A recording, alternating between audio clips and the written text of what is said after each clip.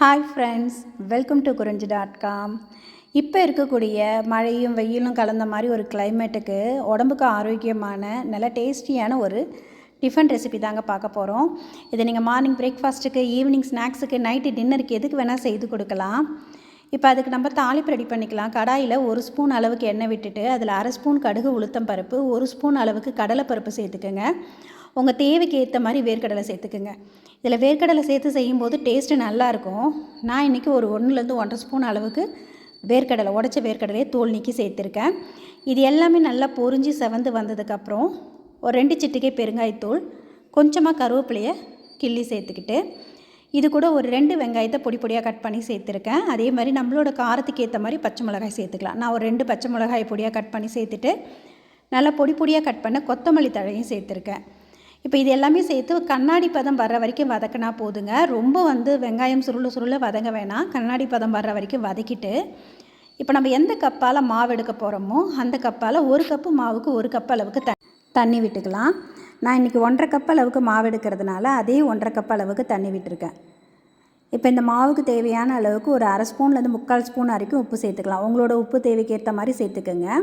இப்போ இந்த தண்ணி நல்லா கொதி வரணும். கொதி வந்த பிறகு நம்ம இதில் மாவு சேர்த்துக்கலாம். நம்ம இன்றைக்கி கேழ்வரகு மாவு சேர்த்து தான் இந்த ரெசிபி பண்ண போகிறோம். இதே ரெசிபியை நீங்கள் அரிசி மாவுலேயும் செய்யலாம், கேழ்வரகு மாவு அரிசி மாவு கலந்தும் செய்யலாம். நான் இன்றைக்கி முழுக்க கேழ்வரகு மாவு சேர்த்து தான் இந்த ரெசிபி பண்ண போகிறேன். இப்போ கொதி வந்த பிறகு 1.5 கப்பு தண்ணி விட்டோம் இல்லைங்களா, அதே 1.5 கப் அளவுக்கு மாவு சேர்த்துட்டு இப்போ இதை நல்லா கலந்து விட்டு ஒரு மூடி போட்டு மூடிடுங்க. அப்படியே மிதமான தீயில் 1 நிமிஷம் இருக்கட்டும். நம்ம ரொம்ப சுருள கலந்துட்டுருக்கணும்னு கூட அவசியம் இல்லைங்க. ரொம்ப சிம்பிளாக செய்யக்கூடிய ஒரு டிஃபன் ரெசிபி தான்.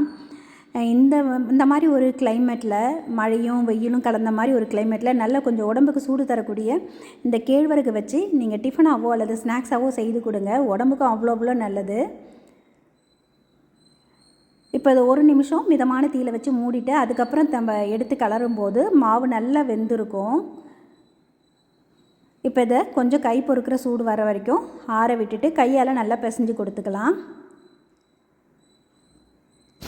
இப்போ இதில் நம்ம பச்சை மிளகாயை பொடி பொடியாக கட் பண்ணி சேர்த்துருக்கோம். இதை குழந்தைங்களுக்கு கொடுக்குறதா இருந்தால் நீங்கள் பச்சை மிளகாய்க்கு பதிலாக வரமிளகாய் கூட சேர்த்து தாளிச்சிக்கலாம்.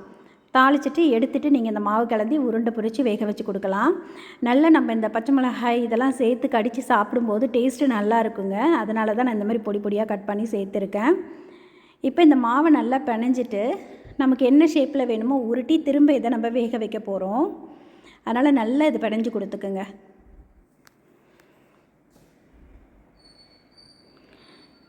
இதுக்கு பார்த்திங்கன்னா சைடிஷ்ஷாக நீங்கள் வேர்க்கடலை சட்னியோடு சர்வ் பண்ணும்போது ரொம்ப அட்டகாசமாக இருக்கும். எப்பயுமே கேழ்வரகு மாவுக்கும் அந்த வேர்க்கடலைக்கும் ரொம்ப காம்பினேஷன் நல்லா இருக்குங்க. நீங்கள் கேழ்வரகு மாவில் களி பண்ணிவிட்டு வேர்க்கடலை சட்னி தொட்டு சாப்பிட்றதுக்கும் நல்லாயிருக்கும். இப்போ இது கூட நம்ம சைடிஷ்ஷாக வேர்க்கடலை சட்னி தான் பண்ண போகிறோம். இப்போ இந்த மாதிரி ஷேப்பில் நான் உருண்டை உருட்டி இட்லி பிளேட்டில் வச்சுருக்கேங்க. இட்லி பிளேட்டில் நம்ம ரெடி பண்ணியிருக்க எல்லா மாவும் ஒன்றாவே அடுக்கி வச்சிடலாம். அடுக்கி வச்சு நம்ம எப்பயும் வேக வைக்கிற மாதிரி இதை வேக வச்சு எடுத்துக்கலாம். இந்த மாவு இப்போ நம்ம கொதிக்கிற தண்ணியில் போட்டு கலக்கும் போதே ஓரளவுக்கு வெந்து போச்சு. இதை நம்ம இன்னும் ஒரு 10லேருந்து 15 நிமிஷம் நல்லா வேக வச்சு எடுக்கும்போது இது சாப்பிட்றதுக்கும் அவ்வளோ சாஃப்டாக இருக்குங்க. டேஸ்ட்டும் ரொம்ப நல்லாயிருக்கும். இதை நீங்கள் காலையில் செய்துட்டு ஈவினிங் சாப்பிட்டா கூடமே இது ரொம்ப அழுத்தமாக இல்லாமல் நல்லா மிருதுவாக இருக்கும் நீங்கள் இந்த மாதிரி டைப்பில் பண்ணும்போது. இப்போ இது நல்லா வெந்து வரட்டும். இப்போ அது வேகிறதுக்குள்ளே நம்ம சட்னி ரெடி பண்ணிக்கலாம். நான் ஒரு 1.5 கைப்பிடி அளவுக்கு வேர்க்கடலையே தோல் நீக்கியிருக்கேன். அதை மிக்ஸி ஜாரில் சேர்த்துட்டு காரத்துக்கு 1 வரமிளகாய் சேர்த்துருக்கேன். உங்களோட காரத்துக்கு ஏற்ற மாதிரி நீங்கள் மிளகாய் சேர்த்துக்கலாம்.